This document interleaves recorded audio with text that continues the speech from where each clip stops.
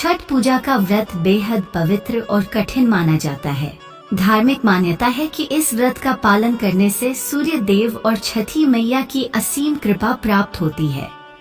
छठ पूजा के दौरान व्रत कथा का पाठ करना बेहद जरूरी माना गया है। बिना व्रत कथा के छठ पूजा पूरी नहीं मानी जाती है। पूजा को लोक आस्था का महापर्व कहा जाता है। इस पर्व में छठी मैया यानी षष्ठी देवी और भगवान सूर्य देव की पूजा होती है। पंचांग के अनुसार हर साल छठ पूजा का पर्व कार्तिक मास के शुक्ल की चतुर्थी तिथि से शुरू होकर सप्तमी तिथि तक चलता है। 4 दिनों तक चलने वाली छठ पूजा के दौरान सूर्य देव और छठी मैया की विधि पूर्वक पूजा की जाती है। जहां एक ओर छठ पूजा के दौरान महिलाएं संतान की लंबी उम्र और उन्नति के लिए व्रत रखती हैं, तो वहीं दूसरी ओर छठ पूजा की शाम के समय व्रत कथा सुनना भी जरूरी माना जाता है। ऐसा कहा जाता है कि छठ पूजा तब तक अधूरी रहती है जब तक इससे छठ पूजा की व्रत कथा न सुनी या पढ़ी जाए। ऐसे में आइए पढ़ते हैं छठ पूजा की व्रत कथा।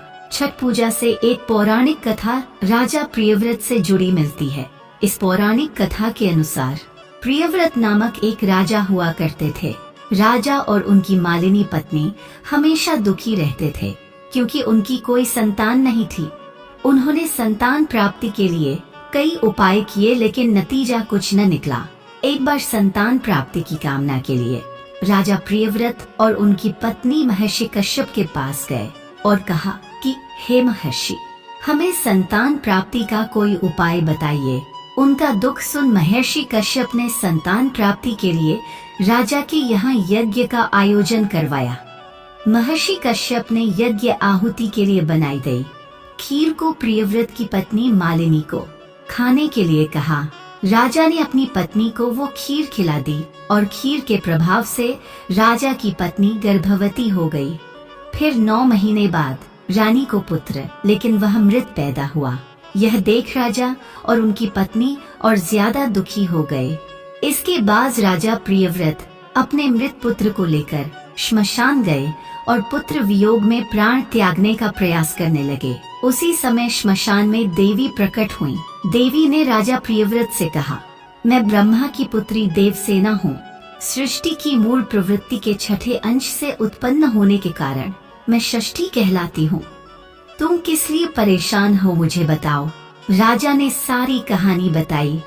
इसके बाद षष्ठी देवी ने राजा प्रियव्रत से कहा कि अगर तुम मेरी विधि पूर्वक पूजा करोगे और दूसरों को भी मेरी पूजा करने के लिए प्रेरित करोगे तो तुम्हें अवश्य पुत्र रत्न की प्राप्ति होगी।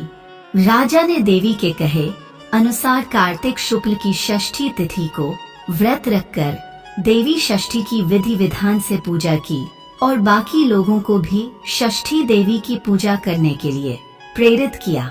षष्ठी देवी की पूजा के फलस्वरूप राजा की पत्नी रानी मालिनी एक बार फिर से गर्भवती हुई और 9 महीने बाद उन्हें एक पुत्र की प्राप्ति हुई। ऐसी मान्यता है कि इसके बाद से ही कार्तिक शुक्ल की षष्ठी तिथि पर छठ पूजा और व्रत करने की शुरुआत हुई। महाभारत काल में माता कुंती के पुत्र कर्ण को दानवीर माना जाता था। कर्ण को माता कुंती के साथ ही सूर्य देव का पुत्र भी माना जाता था। कर्ण को सूर्य देव की विशेष कृपा प्राप्त थी। कर्ण नियमित रूप से सुबह उठकर घंटों पानी में खड़े होकर सूर्य देव को अर्घ्य देते थे। सूर्य देव की कृपा से कर्ण एक महान योद्धा बन गए थे। छठ पर्व से जुड़ी एक और कथा पुराणों में मिलती है।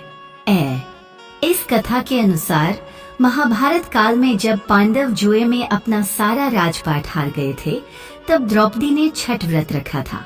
द्रौपदी के व्रत और पूजन से प्रसन्न होकर षष्ठी देवी ने पांडवों को उनका राजपाट वापस दिला दिया था।